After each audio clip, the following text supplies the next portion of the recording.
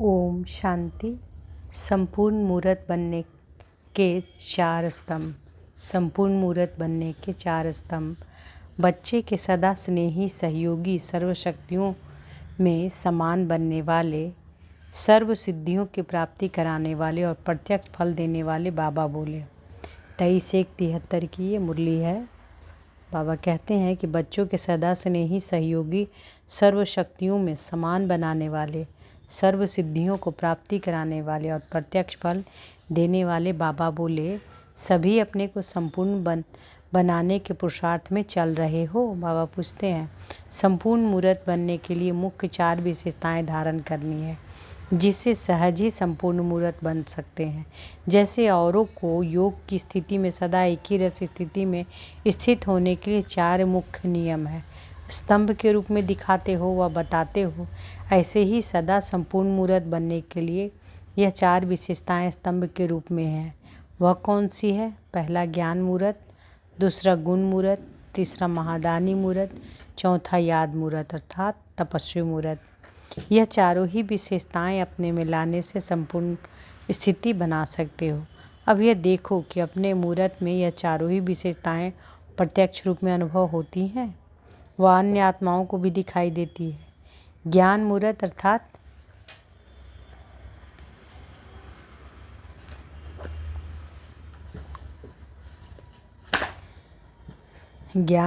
अर्थात सदैव ज्ञान का सुमिरन चलता रहे।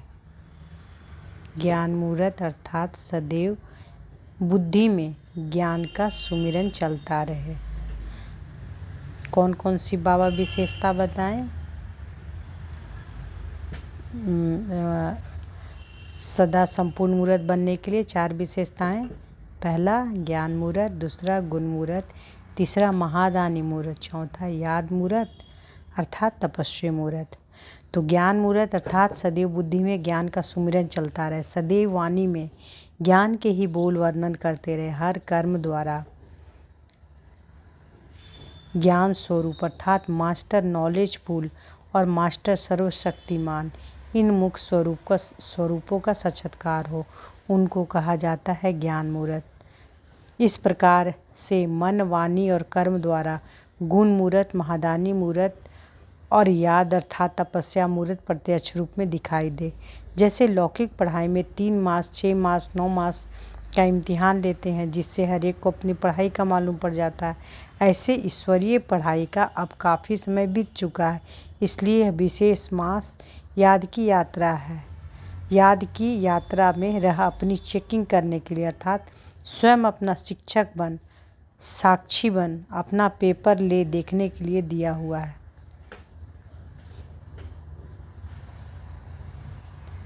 अब सिर्फ फाइनल पेपर ही रहा है, इसलिए अपने रिजल्ट को चेक करो कि इन चारों विशेषताओं में किस विशेषता और कितनी परसेंटेज की कमी है। तो बाबा क्या बोल रहे हैं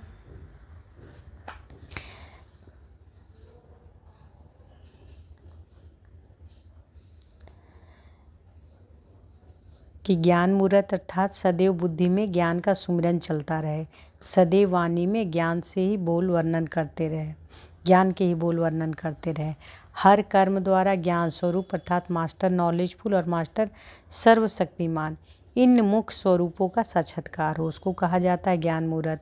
इस प्रकार से मन, वाणी और कर्म द्वारा गुण मूर्त, महादानी मूर्त और याद अर्थात तपस्या मूर्त प्रत्यक्ष रूप में दिखाई दें। जैसे लौकिक पढ़ाई में 3 मास, 6 मास, 9 मास का इम्तिहान लेते हैं, जिससे हर एक को अपने पढ़ाई का मालूम पड़ जाता है, ऐसे ही ईश्वरीय पढ़ाई का अब काफ़ी समय बीत चुका है, इसलिए यह विशेष मास याद की यात्रा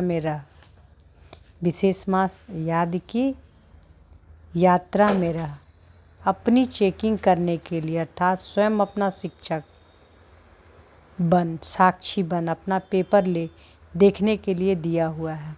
अब सिर्फ फाइनल पेपर ही रहा हुआ है, इसलिए अपने रिजल्ट को चेक करो कि इन चारों विशेषताओं में से किस विशेषता में कितनी परसेंटेज की कमी है।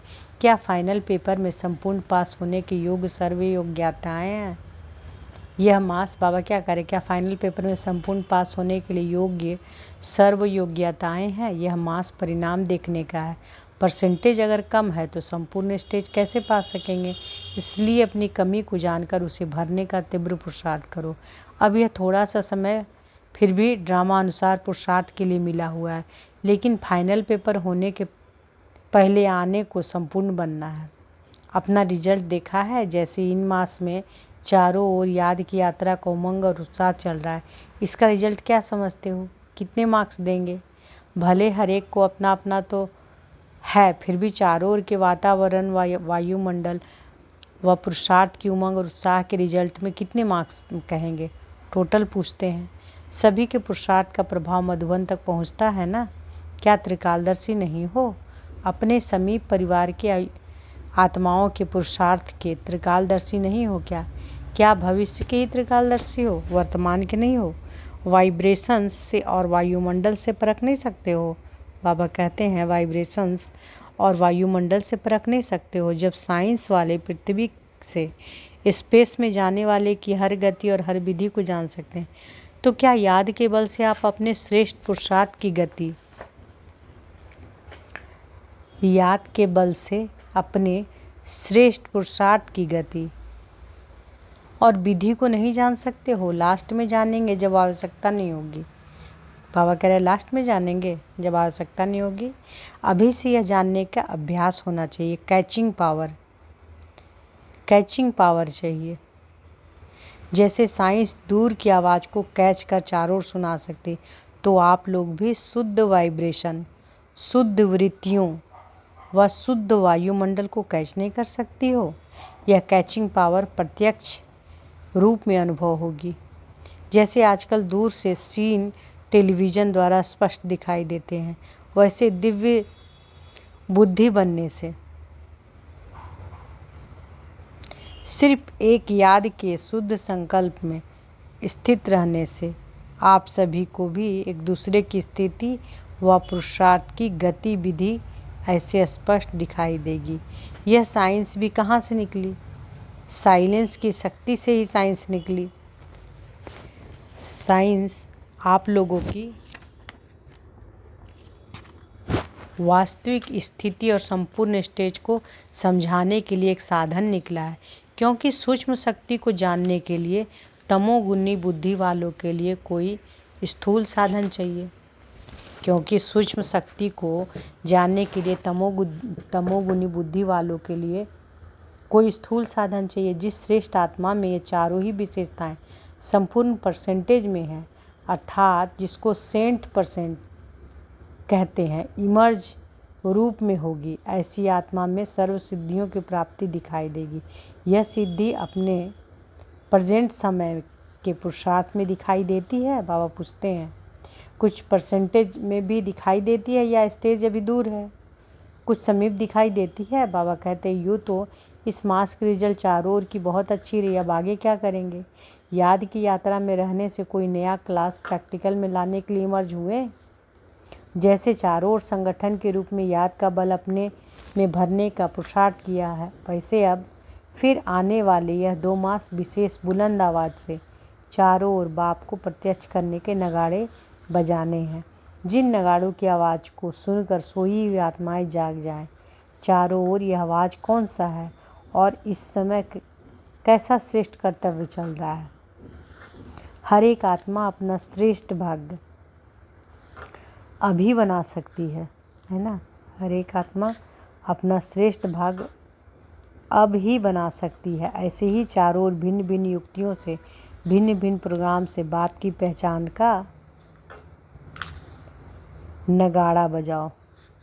इन 2 मास में सभी को इस विशेष कार्य में अपनी विशेषता दिखानी है।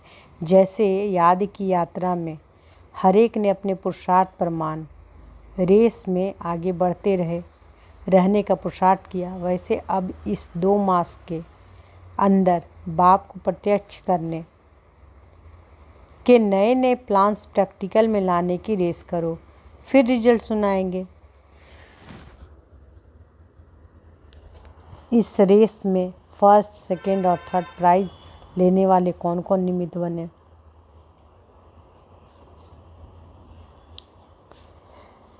चांस भी बहुत है। शिव जयंती का महोत्सव भी इन 2 मास में है ना, इसलिए अब रिजल्ट देखेंगे। 1 मास के अंदर योग बल की प्राप्ति का क्या अनुभव किया।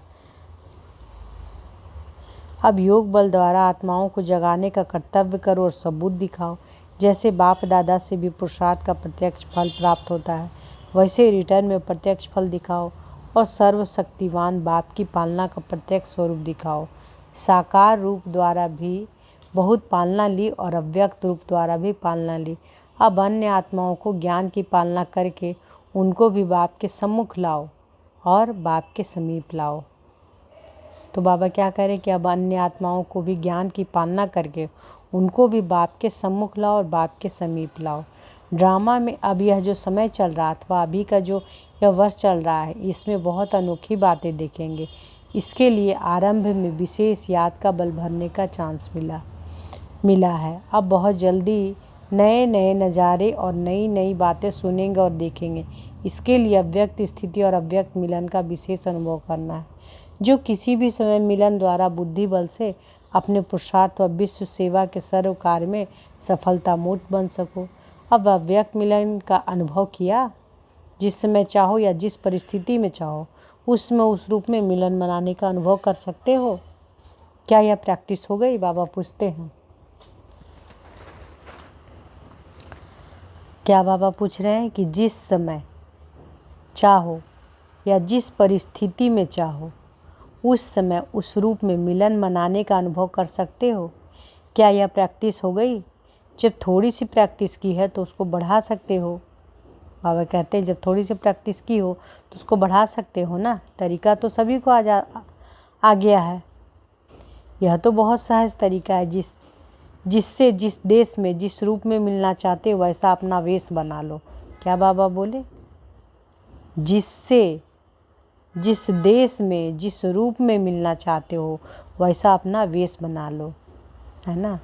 तो कहने का अर्थ है जब बाबा से हम लोग मिलेंगे तो बाबा का देश यानी मेरा देश है वो निराकारी दुनिया है।